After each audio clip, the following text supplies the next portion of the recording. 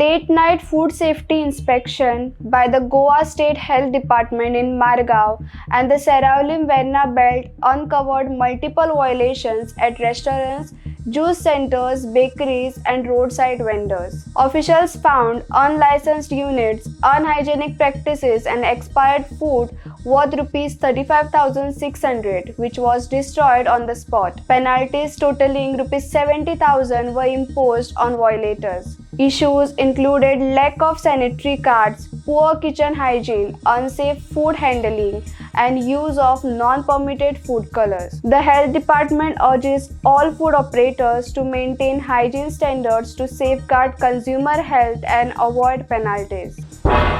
तुम्ही पळयतात गोंयकारपण, गोंयकारांचो गोंयकारा खातीर.